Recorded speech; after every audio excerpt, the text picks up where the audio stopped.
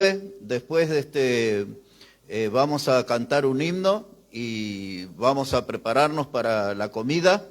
Y después todos los que quieran cantar o agradecer algo lo hacemos durante la comida. Tendemos un micrófono y tenemos un tiempo de compartir. Como dije, voy a estar unos 10 minutos nomás aquí y tengo una distinción y un mensaje. Primero, una gratitud por todos ustedes de acompañarnos en esta mañana. Y por muchos años, en mis transmisiones deportivas, como 5 años, en la Radio Fuego, una de las publicidades principales que teníamos como respaldo era de Tortas Rossi, y hace un tiempo ahí conocí al esposo de Rossi, y a ella no le conocía, pero hoy vino a acompañarnos aquí en esta mañana. Tenía poco tiempo, tienen otros eventos que cubrir, y entonces ellos nos hicieron aquí todas las tortas. Yo muy agradecido y quiero mencionar porque nos han cobrado la mitad del precio, y esta de arriba vino de regalo, así que muy agradecido por eso. Pero usted tiene que comprar, no le va a regalar, así que y bueno,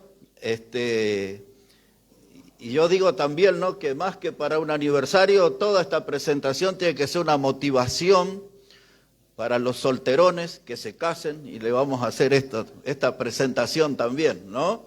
Así que pero me gustaría, así Rosy, su esposo, están todavía, ¿no? Sí, si puede ponerse de pie, así le conocen, Ahí está la dama que pone la mano en la masa, la que prepara todo. Gracias por acompañarnos, gracias. Gracias. Y a mí a veces, la gente a veces uno tiene un poco de vergüenza que lo presenten todo, ¿no? Pero bueno, estoy como contento de conocerle, de verle aquí. Y bueno, hagamos buena letra, hermano, no rompamos nada porque hay que devolver todo esto, Y yo recuerdo el año anterior, para mi cumpleaños, hicieron una torta grande y hasta tenía mi foto ahí en la torta, y también hizo Rosy. Así que bueno, estamos agradecidos con esa es mi distinción en esta mañana. Y el mensaje es muy breve, es un solo texto que quiero compartir con ustedes en el Evangelio de Juan, en el capítulo 16. Si puede mirar ahí conmigo, el Evangelio de Juan, el capítulo 16. Y vamos a poner ahí nuestra mirada en el versículo 20, Evangelio de San Juan, capítulo 16, verso 20. Y después de la reunión no olviden de saludar al pastor Ezequiel, que nos predicó desde el día jueves, que nos está predicando. Y ya todos han oído, solo los que se sumaron hoy, ya por más de 20 años nosotros nos conocemos y hemos trabajado junto ahí con la familia en la provincia de Jujuy. Y realmente ha sido un privilegio, una bendición tenerlo con nosotros aquí. Dice la palabra de Dios, hermanos, Evangelio de Juan, capítulo 16, verso 20. El Señor Jesucristo está hablando y dice: de cierto os digo que vosotros lloraréis y lamentaréis, y el mundo se alegrará. Pero aunque vosotros estéis tristes, vuestra tristeza se convertirá en gozo. Y aquí en esta frase voy a darles un título para este breve mensaje: vuestra tristeza se convertirá en gozo. Cuando usted lee todo el contexto, el Señor Jesucristo está hablando por una alegoría. Y Él está anticipando a los apóstoles que iba a morir. Y por eso dice que esa muerte iba a ser por un tiempo un motivo de tristeza para ellos. Pero seguidamente le da una promesa: vuestra tristeza se convertirá en gozo. Siempre la muerte, aquellos que ya tenemos más años, hemos visto mucha gente partir de este mundo. Y siempre la muerte es una fuente de tristeza. Siempre la muerte es una fuente de dolor. Y aquí el Señor Jesucristo no solo estaba anticipando su muerte, sino que estaba en su mente todo el proceso que iba a ver hasta que él llegara a la cruz. Y en ese proceso él iba a ser humillado. La palabra de Dios dice que le tomaron preso en el huerto de Getsemaní cuando Judas el Iscariote encabezó una turba de maleantes, de delincuentes, y vinieron con armas y con antorchas a apresar al Señor que había estado de rodillas orando en favor de los pecadores. Y luego lo llevaron a Anás y al Caifás y pasó por la mano de Pilato. Y finalmente vino el proceso de la humillación. El Evangelio de Mateo dice en el capítulo 26 que le escupieron en el rostro. También dice que le abofetearon. También dice que tejieron una corona de espina, pusieron en su cabeza y le dieron una caña en su mano como si fuera un báculo, porque él lo querían presentar como un rey humillado. Y luego le abofetearon, le insultaron y finalmente cargaron sobre su espalda una cruz. La muerte de cruz era la cosa más horrible, era el espectáculo más horrendo. Al punto tal que la palabra cruz, la gente evitaba de darle el lugar en su mente, porque era algo realmente horrendo.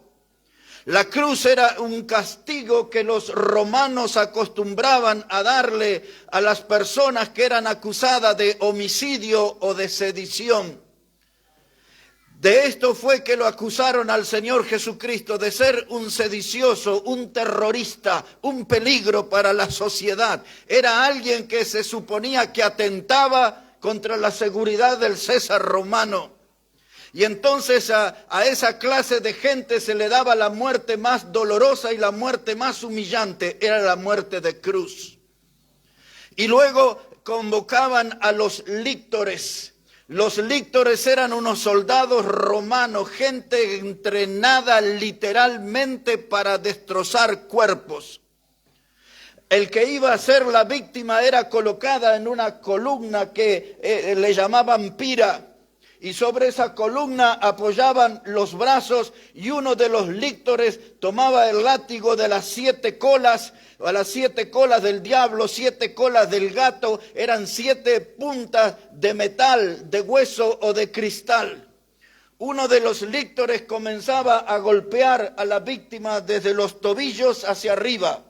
El otro líctor comenzaba desde los hombros hacia abajo y cuando esos látigos se encontraban a la altura de la cintura, ese cuerpo estaba totalmente destrozado, ni siquiera ya tenía el aspecto de un ser humano.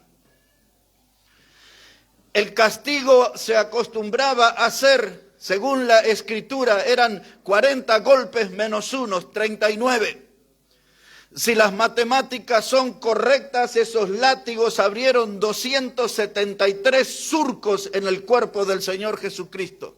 Cuando hablo de esos surcos, estamos hablando que le abrieron sus carnes y se podían ver sus tendones y aún sus huesos. Ese castigo fue sometido el Señor Jesucristo y cuando nosotros lo contemplamos en esa cruz, eso a nosotros nos conmueve porque la razón por la cual Él llegó a la cruz fue por nuestros pecados. Fue por su pecado, fue por mi pecado, por nuestros pecados. Él estaba en ese lugar en la cruz. Por eso Él le estaba anticipando a sus discípulos. Dice, ustedes me verán allí en esa cruz exhibido públicamente, desnudo. Y eso desatará en ustedes la tristeza, pero la tristeza se convertirá en gozo, dijo Jesús. Cuando Él fue a esa cruz, lo expliqué en el mensaje de anoche. Decía el libro de Deuteronomio y lo explica la carta que Pablo escribió a los Gálatas capítulo 3 verso 13, que era maldito todo el hombre que moría en un madero.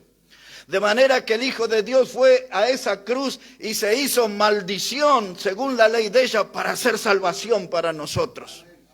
Esa muerte en la cruz hace 2000 años tiene mucho que ver con nuestra vida y tiene mucho que ver con nuestra presencia aquí en esta mañana. Porque aquí estamos la mayoría de nosotros para dar testimonio de que Él murió en esa cruz para ser nuestro Salvador. Todo el mensaje se resume a 4 palabras. Jesús murió por mí. Jesús murió por ti. Y ahí Él está puesto en esa cruz, en un estado de humillación. Y Él dice aquí en el texto que les leí, y el mundo se alegrará. Los gobernantes corruptos, cínicos, tenían gozo de ver al Hijo de Dios en la cruz. Los fariseos hipócritas, la religión de ellos y su poder político, tenían gozo de ver a Jesús en esa cruz. Los pecadores tenían gozo de ver a Jesús porque con sus prédicas Él había puesto en evidencia su condición de pecadores.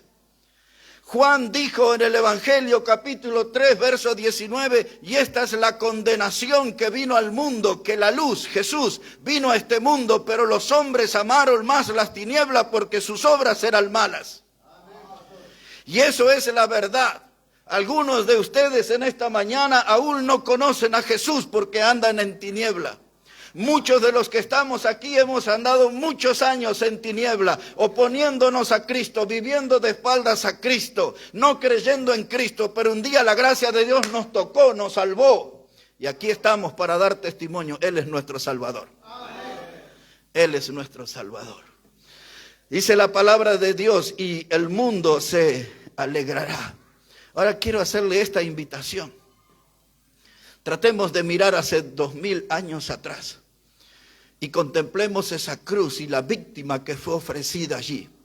La Biblia dice que Él era el Cordero de Dios que quita el pecado del mundo. Y eso debe despertar un interés en nosotros.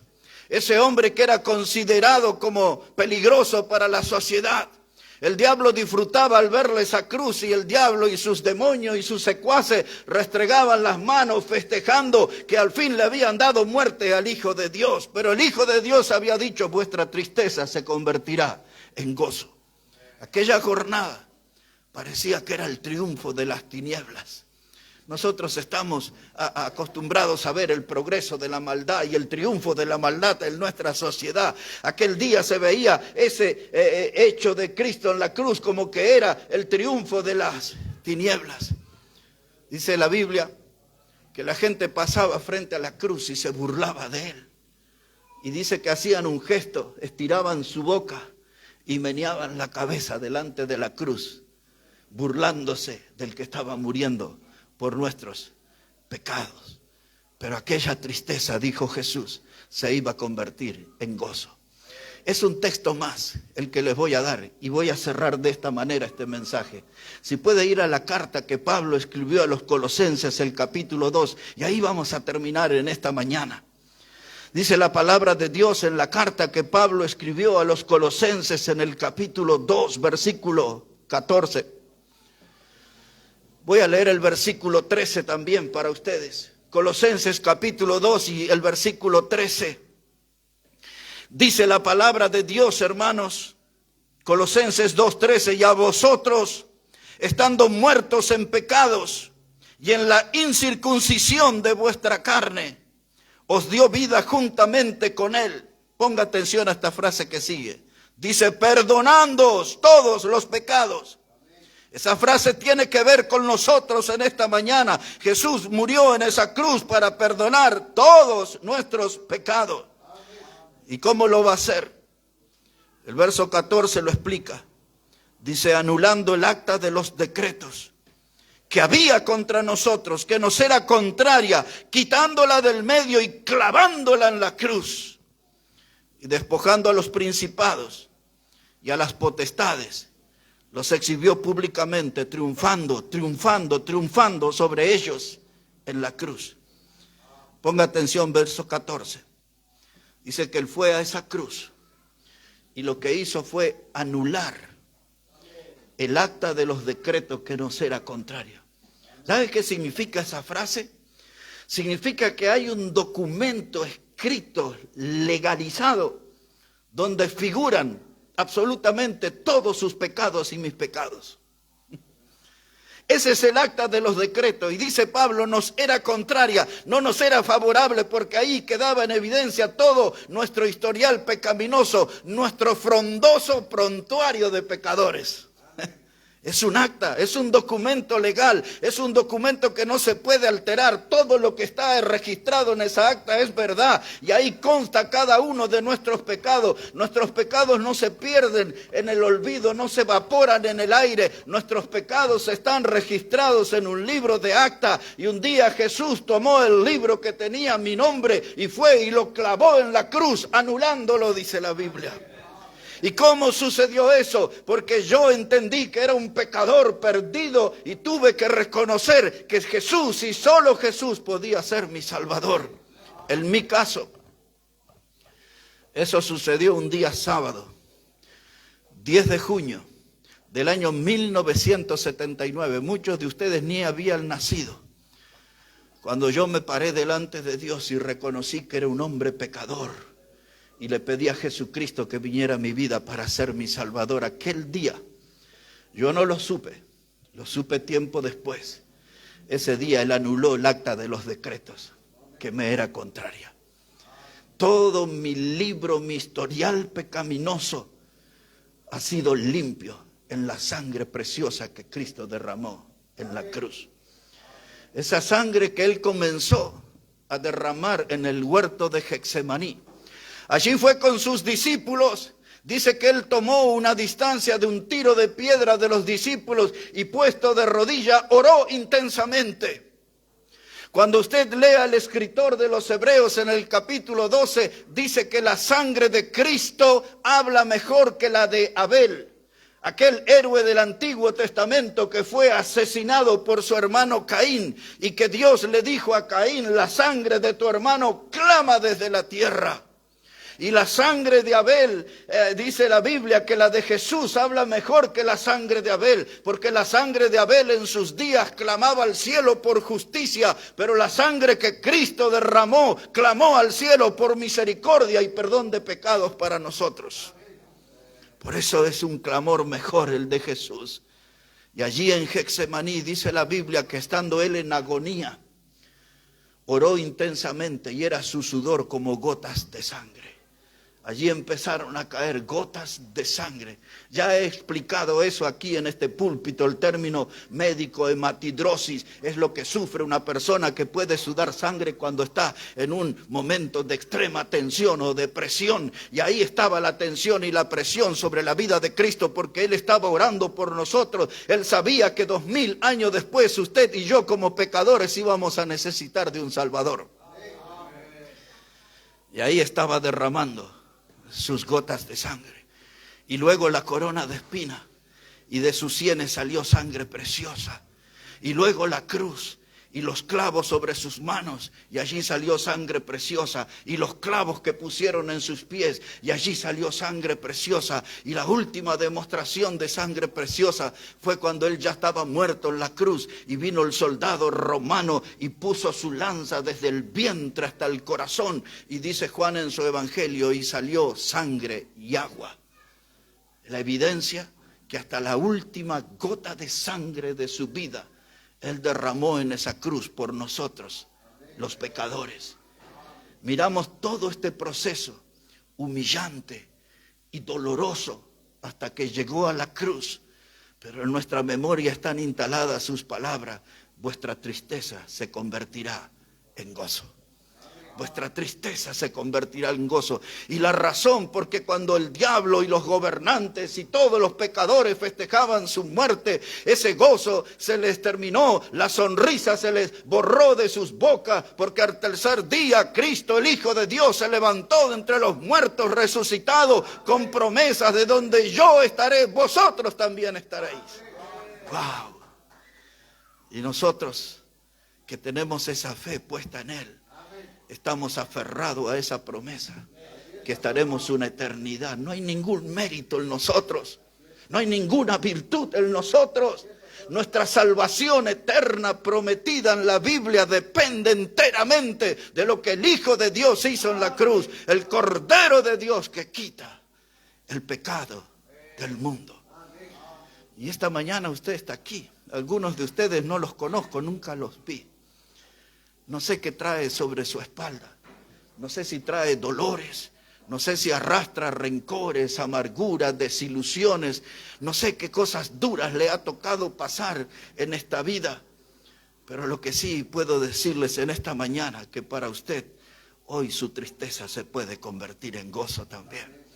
Hoy su tristeza se puede convertir en gozo. El paso es muy simple. Tiene que reconocer delante de Dios, no delante de esta congregación, delante de Dios, que es una persona pecadora y que quiere aferrarse a Jesucristo como el Salvador de su vida. No a una iglesia, no a una religión, aferrarse a aquel que murió en la cruz por nuestros pecados. Y Él promete, hermano, dice que todo aquel que en Él cree, dice la Biblia, no se pierde, más tiene vida eterna. Pecadores indignos pueden recibir en esta misma mañana el regalo más precioso dado por Dios, la salvación eterna en Cristo. Eso no es la promesa de un predicador, es la promesa de la palabra de Dios. Es la promesa de la palabra de Dios. Permítame una pregunta final antes de bajar de esta plataforma. Si usted muriera hoy, o el día que usted muriera, ¿dónde va a ir usted? Yo he oído muchas respuestas de la gente. Algunos me han dicho, no, nosotros nos morimos y ahí me dejarán en el cementerio de Flores o en el de Villegas o alguno por ahí. Y ahí termina todo. Otros me han dicho, sin pensarlo, yo me muero, me voy de cabeza al infierno. Hay otros que me han dicho, yo si muero, yo voy a ir al cielo. Y a muchos de ellos les interrogué diciendo, ¿por qué cree que usted va a ir al cielo? Bueno, porque mi abuelo era un religioso. Porque mis padres me enseñaron religión. Yo voy a ir al cielo porque soy una persona buena. Hasta alguna vez alguno me dijo, yo voy a ir al cielo porque soy un buen vecino, soy un buen padre, soy un buen esposo. Esos son algunos de los argumentos que yo escuché. Algunas de esas cosas son buenas, pero ninguna son suficientes para llevarla al cielo. Porque esta mañana fue citado en este púlpito el pasaje que Jesús dijo, yo soy el camino, no uno de los caminos, Él es el único camino. Y Él dijo, yo soy la verdad y la vida, y nadie viene al Padre si no es por mí. Jesús es el único camino al cielo. Y déjeme decirle en esta mañana que la puerta al cielo tiene forma de cruz. La puerta del cielo tiene forma de cruz. Y si usted no pasa por esa cruz donde Cristo murió, usted nunca podrá alcanzar la salvación eterna. Cristo es el camino al cielo. Y yo quisiera que usted se encuentre con Él en esta mañana. Él está aquí. Alguien podrá decir, ¿cómo lo sabe? Porque su palabra lo dice, donde hay 2 o 3 reunidos en mi nombre, yo estoy en medio, dice Él. ¿Y por qué Él está aquí con nosotros? Porque quiere tener comunión. Pero también Él está aquí con nosotros porque quiere oír su voz, arrepintiéndose de sus pecados. Y Él quiere perdonar su pecado y darle, según su promesa, una salvación que es eterna. Él ya hizo su parte. Él ya murió en la cruz por nosotros. Ahora, ¿qué hará usted con Jesús en esta mañana? ¿Seguirá su camino? ¿Seguirá su vida dándole la espalda a Jesús? ¿Acaso dirá en esta mañana, bueno, me parece esto interesante, quizás más adelante lo pensaré, lo consideraré? Pero absolutamente todos sabemos aquí que no somos dueños del minuto que sigue. Nuestras vidas siempre andan por la cornisa, ahora estamos y en un rato no sabemos.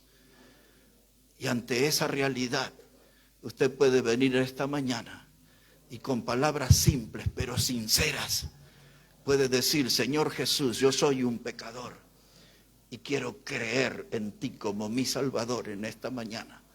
Y si usted lo hace eso de un corazón sincero, la promesa de Dios es todo aquel que en Él cree, no se pierde, mas tiene vida eterna.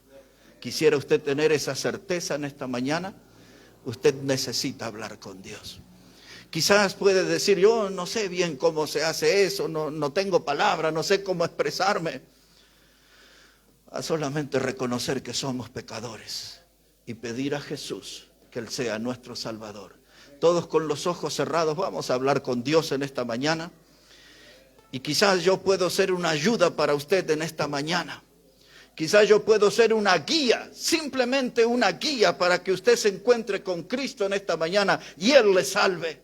No es mi oración lo que le va a salvar, no es mi palabra lo que le va a salvar. Solo Cristo es el que salva.